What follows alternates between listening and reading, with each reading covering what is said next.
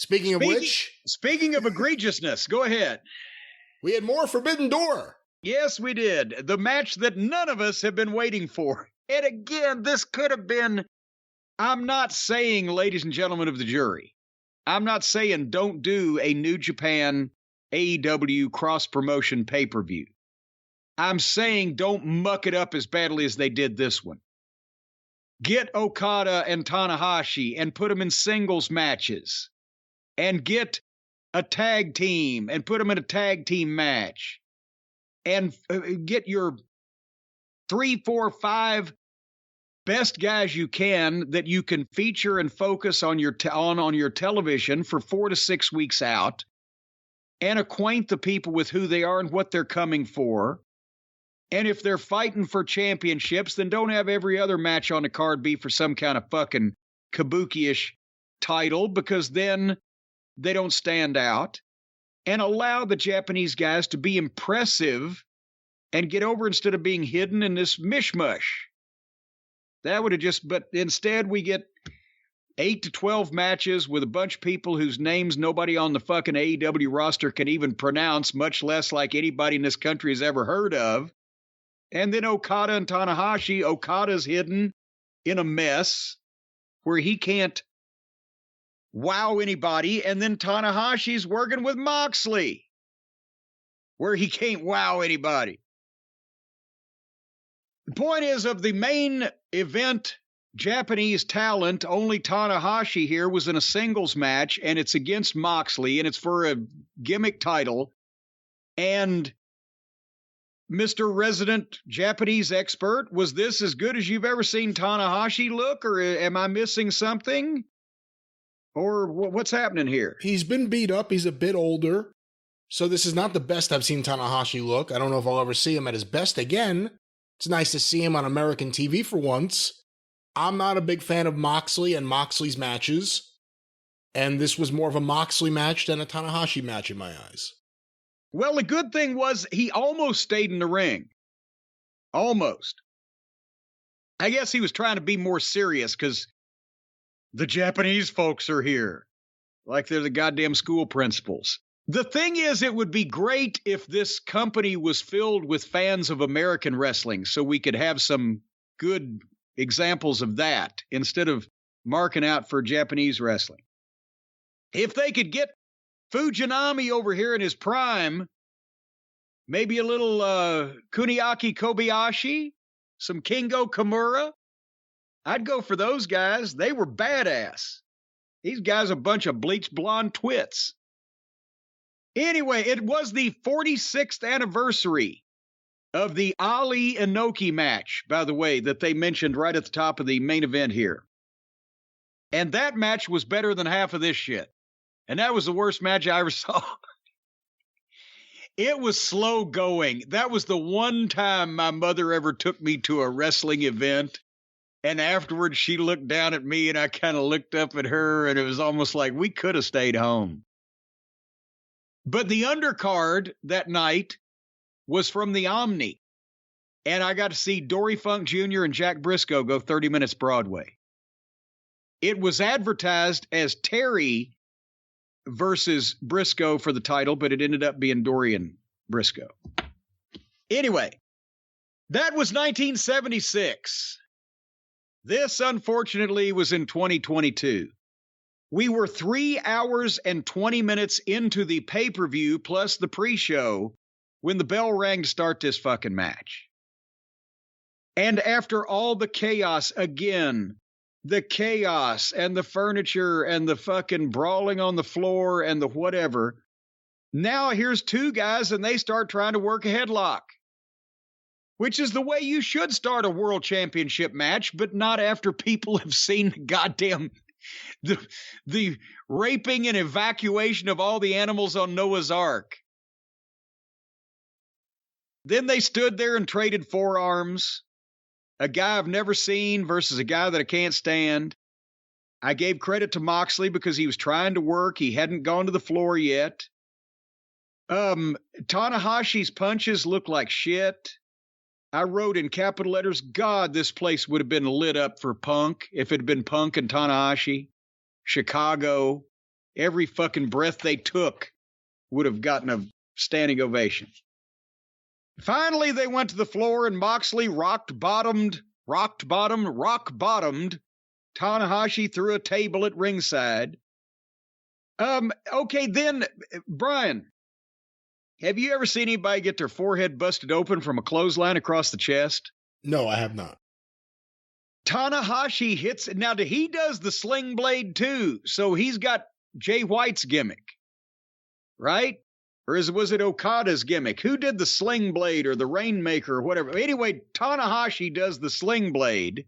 It's a clothesline, and Moxley takes a bump and rolls out to the floor and comes up to his knees and is bleeding like a stuck hog from the head from a clothesline.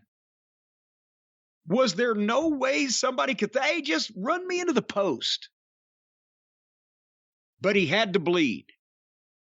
Was blood really called for in this match?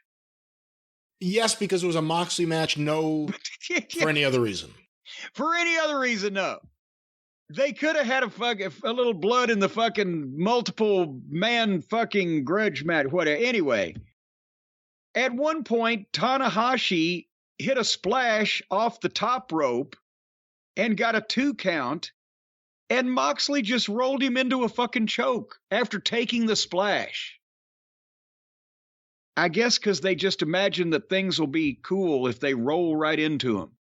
Yeah, as soon as you hit me with that fucking Ford F-150 coming 35 miles an hour down Main Street, then I'll jump back up and do a little dance on the hood. That'll be fun. Mox got another choke, kept it forever. Tanahashi got back up, and Moxley hit the paradigm shift 1, 2, 3. Who does these fucking finishes? Nothing builds to a climax. Nothing has the people on the edge of their seat. Nothing for about 30 or 45 seconds could go either way, and suddenly, oh my God! Or a fuck behind the referee's back. Or a goddamn Hail Mary. No, it's just they do some shit, and then somebody's done with his shit, so he wins. And then just, I'll let you tell me what you thought of the contest, but, oh, by the way, at one point, Tanahashi also crawled up on the top rope like a moose with a hernia. I thought all the Japanese guys were supposed to do the top rope cross bodies and all that stuff. It looked like he was trying to get up there to avoid hot lava. So after the match is over with, suddenly, here comes Jericho and Garcia, and they jump in and beat up Moxley and Tanahashi. And then here comes Kingston and Yuta and Santana and Ortiz, and they're throwing fake-looking punches everywhere. And here comes Hager and Garcia and Cool Hand Luke and Mac Daddy Mac. And there was fakeness everywhere because all of these guys now have lost the fucking plot. When they get in one of these goddamn multiple man brawls, they think they're just supposed to wave their arms at each other and that nobody's going to notice that their shit looks like shit because there's so many people involved. But in an arena that size with 16,000 people, there's always somebody looking right at you. And if your shit looks like shit, they'll see it. And if you're on television, the camera's going to see it. So it's anyway, finally, here comes Claudio, and he hits the ring and makes a big comeback and does the big swing on one of the heels, 20 reps or so. And that's what the people wanted to see. But, Brian, I'll leave you with this thought, and then you dissect the match and everything for me. Did they just shoot an angle on pay-per-view to lead to free television? That used to be a shit-stain thing to do. Did they just do the exact polar backwards opposite of what you would do if what you were doing made any sense? They did the polar backwards opposite of what the fans in the building and the fans at home wanted. No one wanted that post-match angle. And you could tell by the reaction on TV by the fans there. They didn't want this at all. This was misplaced. This was a bad idea. And yeah, they did an angle here to build to Blood and Guts, the War Games match, on Wednesday night for free. Well, there it was, ladies and gentlemen, behind the green door. Oh, yeah, what were your thoughts on this match with the incredible Tanahashi? There's nothing wrong with Tanahashi. I'm not going to let you just insult him for no reason. I'm going by the evidence. You're going by seeing him as an older wrestler in a match against a guy who can't wrestle a fucking match without it turning into garbage usually. So it's not a fair representation of Tanahashi at his peak. But is that my fault that I was not given a fair representation? No. And he hasn't been really built up well on TV. So, I think the people in the house there were the fans that know New Japan. They'll pop for the music. They know who everyone is. When Shibata's music plays, they pop for it. But if you were at home watching AEW with no prior history of watching New Japan wrestling or no interest in wrestlers and angles happening out of nowhere with people you've never seen before, I don't know if that would have led you to care about this. And Tanahashi's one of their biggest stars. Would have been a different build-up if it was him and Punk. But it was him and Moxley for the interim title. And I think everyone knew what the conclusion was going to be. So it's hard. For me, I'm at a point in life where sometimes it's hard for me to get into a match when I absolutely know what the ending is going to be. And who was Shibata? Shibata was the guy that came out earlier. It may have been the Osprey thing, I think. Oh, that's right. The unknown Jap. Yeah, well, he should have come out carrying a sandwich. So we'd have known it's... he's the only one... He's on Shibata bread. He's the only one out of all these guys that still wrestles in just black trunks, looks like a 1980s New Japan wrestler. Doesn't have a bouffant. There's that word again. You haven't said I was wrong when I call a Tanahashi, for instance. I have not. It looks like he, as my mom used to say, it looks like he went to the beauty shop. Wouldn't say hairdresser, wouldn't say beauty parlor. Say, I'm going to the beauty shop. So when I was a kid, I was like, oh, okay, we're going to go buy some beauty. Well, Jim, perhaps somewhere right now in Tokyo, Japan, Antonio Inoki sits there and says, what has happened to my former company? Everyone had a crew cut. Everyone had hair close to their head. Not this. Once again, as Howard Bauman said, the Joy Behar look in pro wrestling. I need the Sue.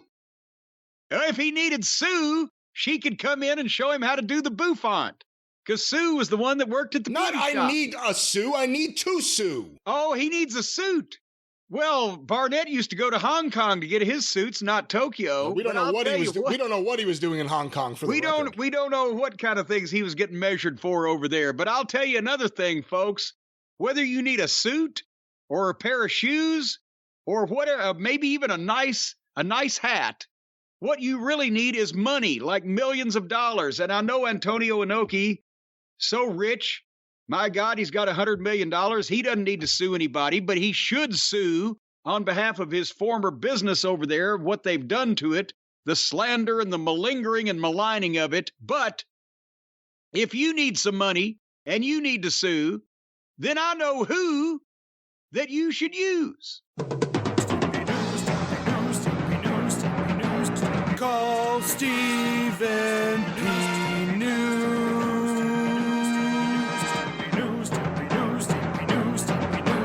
If you need to sue.